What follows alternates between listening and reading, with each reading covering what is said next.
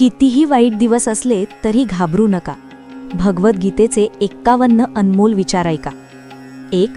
नकारात्मक विचार मनामध्ये येणं स्वाभाविक आहे, पण हे तुमच्यावर अवलंबून आहे की तुम्ही त्या विचारांना किती महत्त्व देता. 2. भगवान श्रीकृष्ण म्हणतात, माणसाने परिणामांची चिंता न करता, लोभ लालच न करता, निस्वार्थ होऊन आपली कर्तव्य पूर्ण केली पाहिजेत. 3. जेव्हा भविष्य अंधकारमय दिसू लागतं तेव्हा वर्तमानावर लक्ष केंद्रित करणं गरजेचं असतं. 4. कोणाशीही तुलना न करता आपल्यामधील ताकद ओळखून आहे तसं जगणं चांगलं. 5. नेहमीच शंका घेणाऱ्या व्यक्तींना प्रसन्नता ना या जगात आहे ना आणखी दुसऱ्या कुठेही. 6. ज्याने मन जिंकलं त्याच्यासाठी मन सर्वश्रेष्ठ मित्र आहे, पण ज्याला हे करता येत नाही त्याच्यासाठी सगळ्यात मोठा शत्रू आहे. 7. समजूतदार व्यक्ती जेव्हा नातं निभावणं बंद करतो त्यावेळी समजून घ्या की त्याच्या आत्मसन्मानाला ठेच नक्कीच पोहोचली आहे. 8. तुम्ही केलेले कर्म हीच तुमची ओळख आहे, नाहीतर एकसारख्या नावाचे खूप लोक असतात. 9. जगामध्ये त्रास देणारा कितीही मोठा असला तरीही देवाच्या कृपादृष्टीसमोर मोठा कधीही होऊ शकत नाही. 10. जे आयुष्यातून निघून गेले आहे त्याचं दुःख करू नका आणि जे येणार आहे त्याची काळजी करू नका. 11. भगवद्गीतेचा पहिला उपदेश हा आहे की जर तुमच्याजवळची व्यक्ती असेल किंवा तुमच्यापेक्षा मोठी व्यक्ती असेल तर त्यांनी तुमच्याबरोबर चुकीचं वागलेलं कधीही सहन करू नका. 12. सगळ्यात समजूतदार आणि स्थिर बुद्धीचा व्यक्ती तोच असतो जो सफलता मिळाल्यानंतर त्याच्यामध्ये अहंकार येत नाही आणि असफल झाल्यामुळे तो दुःखामध्ये बुडून जात नाही. 13. अर्जुनाने 10 लाख सैनिकांचा त्याग करून भगवान श्रीकृष्णाला युद्धासाठी बरोबर घेतले. हे विश्वासाचे उत्तम उदाहरण आहे. 14. माणूस नाही तर त्याने केलेले कर्म चांगले किंवा वाईट असते आणि जसे माणसाचे कर्म असते तसेच त्याला फळही मिळते. 15. ज्या माणसांमध्ये ज्ञानाची कमी आणि देवावर श्रद्धा नसते तो माणूस आयुष्यामध्ये कधीही आनंद आणि सफलता मिळवू शकत नाही. 16. ज्याप्रमाणे प्रकाशाची ज्योत अंधारामध्ये चमकते त्याप्रमाणेच सत्य पण चमकत असते, त्यामुळे माणसाने नेहमी सत्याच्या मार्गावर चालावे. 17. तुमचे यश आणि अपयश तुमच्या विचारांवर अवलंबून असते, त्यामुळे मानलं तर अपयश मिळते आणि ठरवलं तर यश मिळते. 18. चांगले कर्म केले तरीसुद्धा लोक तुमच्या फक्त वाईट गोष्टीच लक्षात ठेवतील, त्यामुळे लोक काय म्हणतात या गोष्टींवर लक्ष देऊ नका आणि कर्म करत रहा. 19. जर तुमचा कोणीही शत्रू नसेल तर याचा अर्थ असा आहे की तुम्ही त्या जागी पण शांत राहिले ज्या ठिकाणी बोलणे खूप गरजेचे होते. 20. चांगली नियत ठेवून केलेले काम कधीही व्यर्थ जात नाही आणि त्याचे फळ नक्कीच मिळते. 21.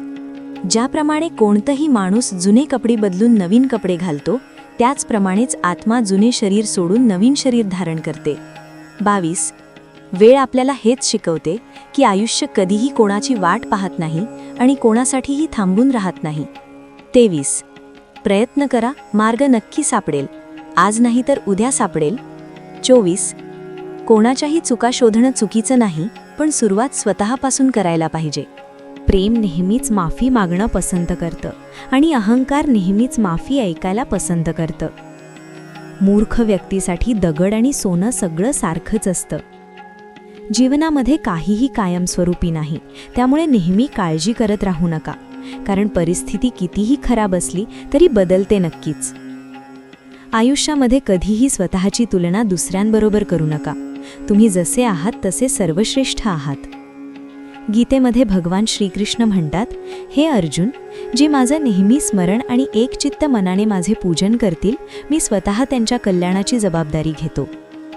आयुष्यामधील सगळ्यात मोठी चूक तीच असते ज्या चुकीमधून आपण काहीही शिकत नाही. जेव्हा आपलं मन कमजोर असतं तेव्हा परिस्थिती अडचणी बनतात आणि जेव्हा मन स्थिर असते तेव्हा परिस्थिती आव्हान बनते. हे पार्था, जे लोक भक्तीमध्ये श्रद्धा ठेवत नाहीत ते मला प्राप्त करू शकत नाहीत. शेवटी ते या भौतिक जगात जन्म मृत्यूच्या मार्गावर परत येत राहतात. जरूर नाही की प्रत्येक वेळी तुमच्या शब्दांना बरोबर समजलं जाईल, त्यामुळे कधीकधी काही ठिकाणी गप्प राहणं चांगलं असतं. जर तुम्ही तुमच्या चुकांमधून शिकत असताल तर चुका या पायऱ्यांसारख्या आहेत, आणि जर तुम्ही चुकांमधून काही शिकत नसताल तर चुका समुद्र आहे. निर्णय तुमचा आहे. पायऱ्या चढायच्या की समुद्रात बुडायचंय? कोण काय करत आहे, कसे करत आहे आणि का करत आहे, या सगळ्या गोष्टींपासून तुम्ही जेवढे दूर राहाल तेवढे खुश राहाल. माणसामधील माणुसकी तेव्हा संपते जेव्हा दुसऱ्यांच्या दुःखावर त्याला हसू येते. ज्याने धोका दिला त्याला एक वेळ माफ करून चांगलं बना, पण दुसऱ्यांदा अशा व्यक्तीवर भरोसा ठेवून मूर्ख बनू नका. माणसाला आपल्या कर्मामुळे मिळणारे विजय किंवा पराजय, लाभ किंवा हानी, आनंद किंवा दुःख विचार करून सतत काळजी करू नये. टीकेला घाबरून तुमचे ध्येय कधीही सोडू नका, कारण तुम्ही ध्येयापर्यंत पोहोचले की टीका करणाऱ्यांचे मत पण बदलते. भगवान श्रीकृष्णांनी गीतेमध्ये म्हटले आहे, मृत्यूला घाबरणं व्यर्थ आहे. अडचणी एवढ्या ताकदवान नसतात जेवढ्या आपण समजतो. तुम्ही कधी ऐकलं आहे का की अंधाराने सकाळ होऊच दिली नाही? कर्म हे असं पीक आहे जे प्रत्येक माणसाला कापावंच लागतं. त्यामुळे नेहमीच चांगले बी लावले तर पीकही चांगलेच येते. 43. मोह त्याच गोष्टीचा करा ज्याच्यावर तुमचा अधिकार आहे. ज्या गोष्टीवर किंवा वस्तूवर तुमचा अधिकार नाही त्याचा मोह नाही केला पाहिजे. 44. जेवढं शक्य असेल तेवढे शांत राहणं चांगलं, कारण सगळ्यात जास्त चुका माणूस आपल्या तोंडामुळेच करतो. 45.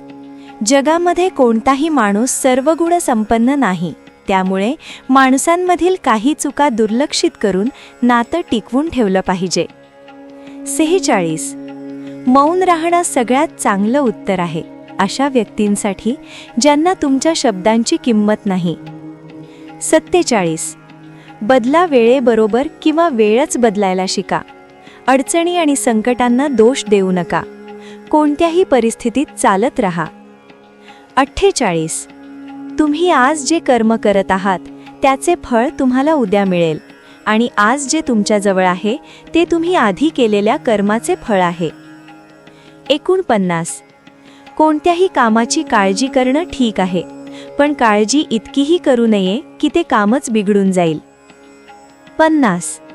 खूपच कौतुक होत असेल तर थोडा सावध होण्याची गरज आहे.